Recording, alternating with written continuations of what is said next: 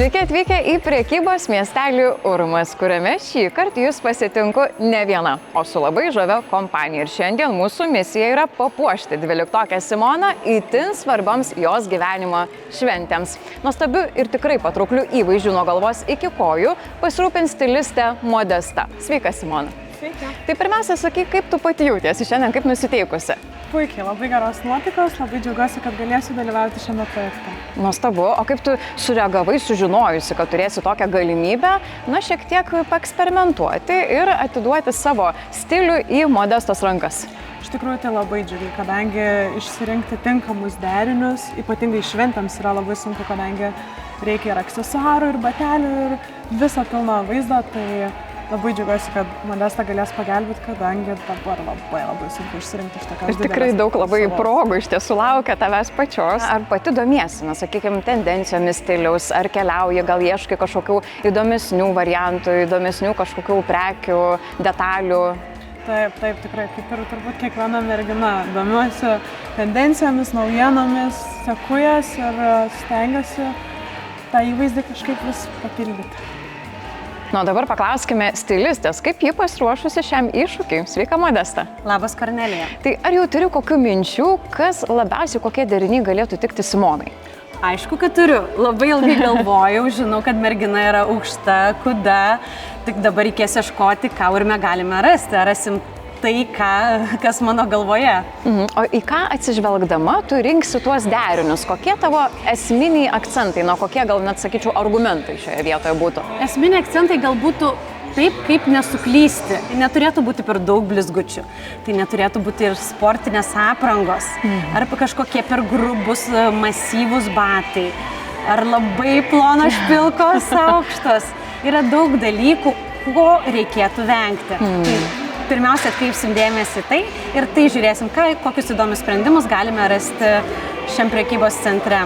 O kalbant apie universalumą, sakykime, kad tas daiktas būtų panaudotas, tie deriniai, gal net keli būtų panaudoti kitoms progoms, šventėms, žinom, tvarumas ar ne yra svarbus aspektas ir visa kita. Ar bus ir tokių variantų, ar jau gal kažką nusižiūrėjai irgi į tą pusę? Tai čia būtų nuostabiausias dalykas - ieškoti derinių, kuriuos būtų galima kartą ir dar kartą ir tikrai ne vieną kartą vilkėti.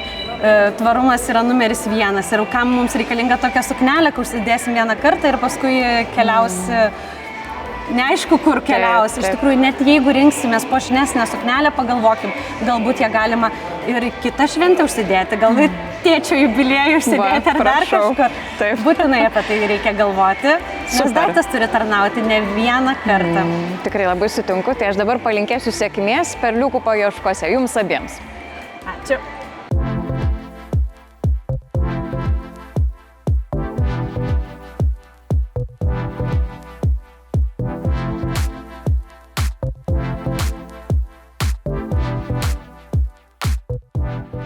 Modesta, tai pirmieji 3 tokie deriniai man kažkaip iš karto suponuoja patogumas, ar ne, madingumas, tokia paskutinės tendencijos ir man iš tiesų atrodo, kad su tais deriniais jau visur galima būtų ir į darbą, ir į renginį, ir į šventę. Tikrai taip, Kornelija, geras pastebėjimas. Iš tikrųjų tinka ir į mokyklą, tinka ir studentams, ir į biurą moteriams.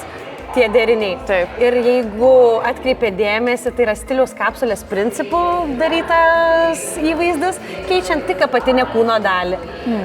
Kelnės, klostuotas sijonas, iš tikrųjų ten buvo sijonkelnės, kas labai nustebino, labai įdomu. Ir elegantiškas šilko efekto sijonas, kur priderinus minimalistinius prabangius auskarus ir įspūdingą išskirtinį rankinuką mes galime eiti į vakarinę dalį, galime eiti į restoraną net. Ir man atrodo, pakeičiant apatinę kūno dalį, galima išgauti visiškai 3 skirtingus įvaizdžius. Marškiniai ir juodas švarkas amžina klasika. Be abejo, kiekvienos turėtų būti spintoje, ar ne? Taip, ir dar batelius keitėme. Pirmi bateliai nude spalvos tokie truputį grubesni, bet tuo pačiu ir elegantiški. Antri aksominiai smaragdo spalvos, o treti laiveliai juodi ir kuo puikiausiai pavyko padaryti tos skirtingus derinius. Ir visiškai atrodo kaip unikalūs 3 skirtingi deriniai. Taip, ir aš nustebau radusi tokius batus, kaip pirmi 2 batai, labai įspūdingi. Labai gražiai atrodo, tikrai puikus tavo darbas. Keliaukim toliau, ar ne? Gerai, keliaujam.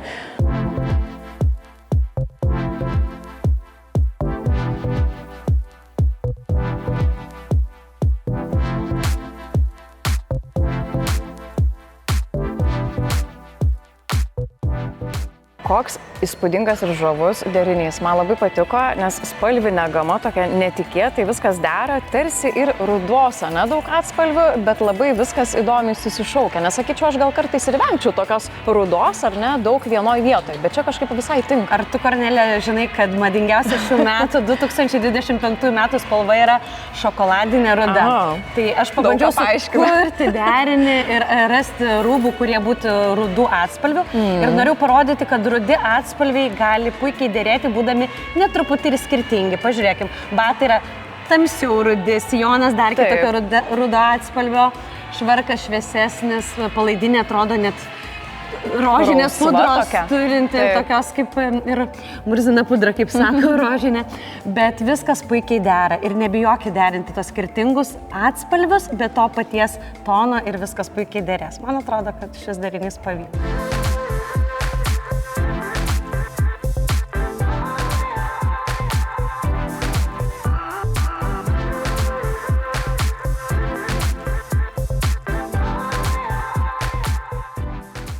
Modesta, žinok, nesu ekspertė, ar čia nėra Coco Chanel stilius? Tikrai taip, čia toks užmojis ir buvo.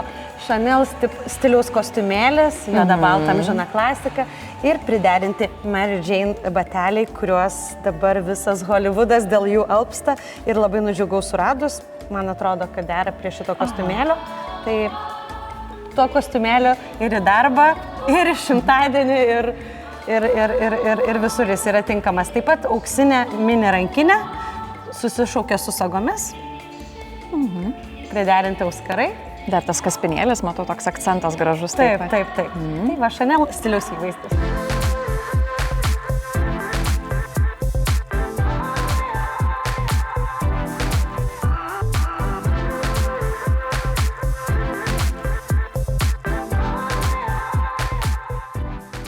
Ryškių spalvų mėgėjai, matau, turės irgi iš ko rinktis, ar ne? Tikrai taip. Aš manau, kad būnant moksleivių ir 12 klasėje reikia nebijoti ryškių spalvų. Nėra viskas juoda ir balta. Reikia tų ryškių akcentų. O ciklameno spalva tokia, kuri tikrai liks pastebėta. Ir nebijokit drąsesnių rankinių. Šita rankinė pakankamai išskirtinė. Ir toks kaip pagrindinis akcentas. Ji žėri tiesiog, iš toli matosi. Taip, pamatys visi. Tikrai taip.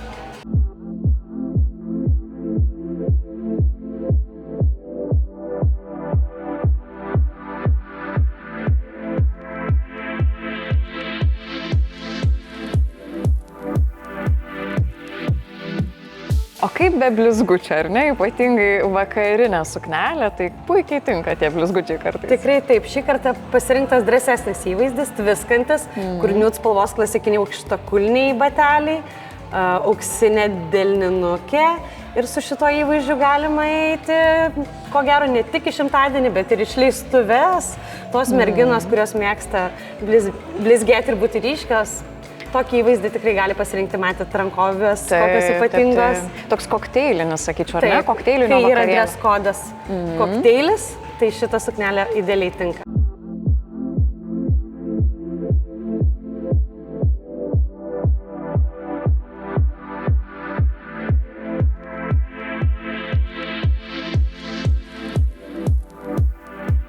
Toliau tęsiant kokteilių temą, galime naudoti ir juodą suknelę tviskančią, prie jos priderinti nude spalvos batelius, nebūtinai prie juodos suknelės turime avėti juodus batelius.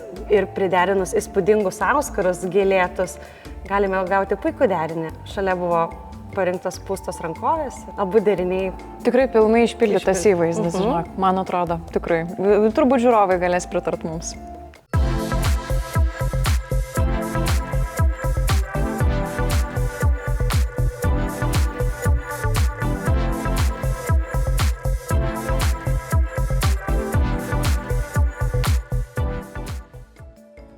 Na ir dabar mačiau vien tokią burgundišką išraiškingą spalvą. Ar iš tiesų, kiekvienai, sakykime, merginai tinkama yra tokia spalva? Ar galima būtų bandyti kažką panašaus?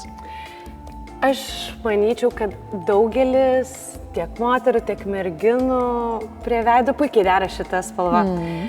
Pernai tai buvo viena madingiausių spalvų bet niekur į madas nesitraukia ir toliau galim puikiai rinktis, derinti ir, kaip sakyt, su šitokia spalva, burgundiška vyno spalva, labai teisingai Kornelija pastebėjai, idealiai atrodysite romantiškai vakarieniai, su mylimuoju, o ausise įsekti auskarai įspūdingi, tokios raudonos sodrios orchidėjos, visiškai nematytos, tik dar sustiprins tą tokį įspūdį patrauklų ir Simonai puikiai tinka ši suknelė. Tikrai taip. Ir tokie pat bateliai, įvaizdis neiššaukiantis, toks truputį net solidus, nes ta spalva yra solidi, bet labai gražu. Tinka ir jaunai merginai.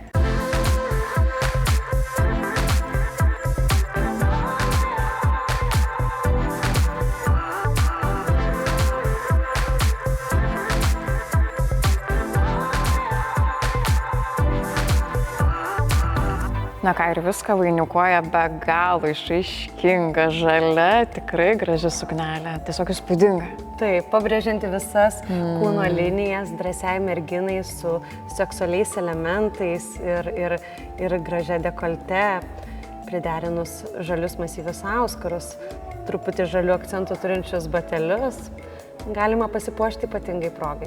Aš žinok, tave labai sveikinu, Modesta, tavo darbas fantastiškas, net nebejoju, kad visi mus žiūrėjusieji irgi su tuo sutiks. Deriniai tikrai išskirtiniai, unikalūs ir kiekvienas, absoliučiai kiekvienas suras, manau, tai, kas jam labiausiai tinka. Ačiū tau. Pradėjom nuo klasikinių, iki pabaigėm įspūdingą vakarinę suknelę. Tikrai taip. Ačiū tau dar kartą. Ačiū, Kornelija. Ir dabar paklauskime mūsų šio reportažo, šios laidos herojės Simonos. Kaip tau, Simona, pačiai patiko matuotis tiek daug skirtingų derinių?